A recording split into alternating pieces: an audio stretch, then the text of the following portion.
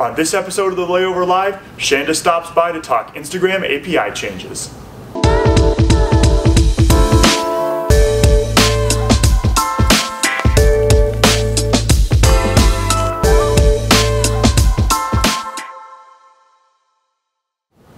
Hello everyone and welcome to episode 55 of the Layover Live, where we bring you the top article from the Layover each week.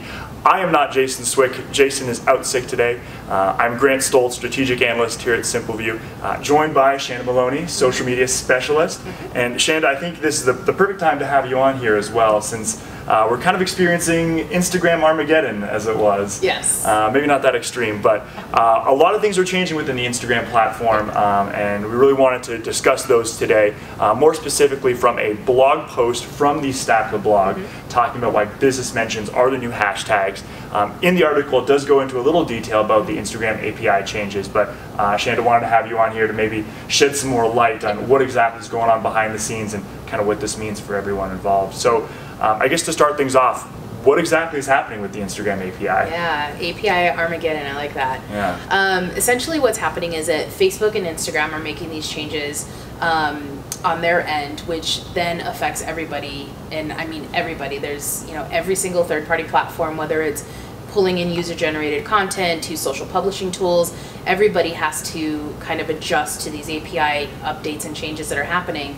So a couple of things that are happening is that Facebook is essentially kind of moving people away from using hashtags and also from pulling in geo search terms, kind of like casting that broad net of being able to pull in content from georadius and geolocation. So those things are having some changes and or going away completely. Gotcha. So that's kind of a big thing, especially if you're pulling in content like that. So I guess, talking about the geolocation, so what exactly is happening there? So no longer we can't just search by city or state, or what's exactly going on there? What people used to do is that they used to be able to just kind of cast a net and say, hey, pull in anything that's happening around this vicinity of this area, whether it was 50 yards up to 5 miles, 3 miles, sure, from a certain location.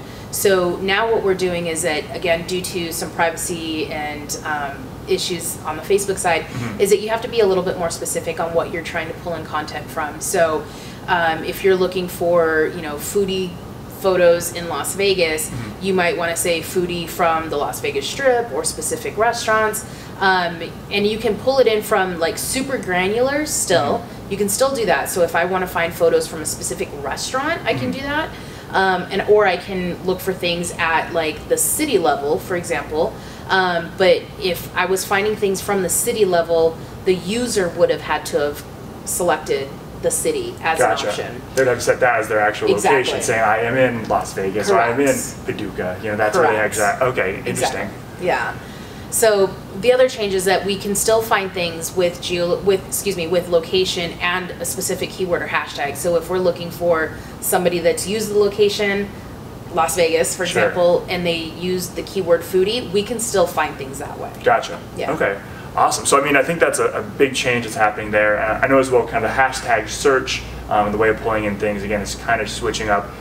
In the article specifically, it's talking about business mentions as this replacement for hashtags. So maybe could you kind of shed some light on what business mentions are and how DMOs can kind of use them as well?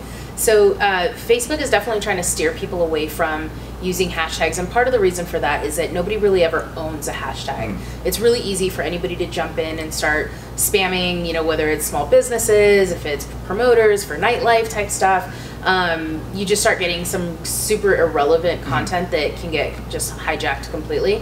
So it's a little bit more intentional when somebody is actually tagging a business account. In our case, if it's any of the DMOs, let's say, if you, rather than telling people to use hashtag, visit insert city, you want to actually tell people tag our account at visit insert city. Right. And part of the reason for that is that, you're starting to get a little bit better content that's coming through, because people aren't just copying and pasting all 100 different hashtags that they're putting into their photos, but it's also going to help them grow their audience as well, which is great. So if people are taking some really, really amazing photos from your DMO and they've tagged your DMO account in their Instagram account, people want to get more inspired by that and see what else they've got on that page. Sure. So it's a great way to build the audience from that as well. Awesome. So not only are you able to kind of, again, get better content, but you're actually able to grow your audience just by promoting it and putting your handle out there as well.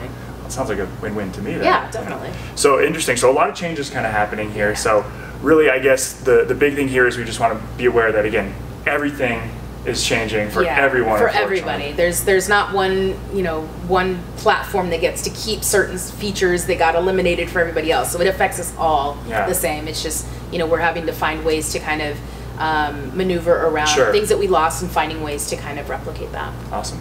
Well, Shanda, thank you so much for stopping by today. Again, we have the blog post in the description below. Get you some more information about everything happening with the Instagram API and, again, ways you can combat that as well. So, Shanda, thank you again. Everyone, we'll see you next time, and Jason will hopefully be back by next week. All right.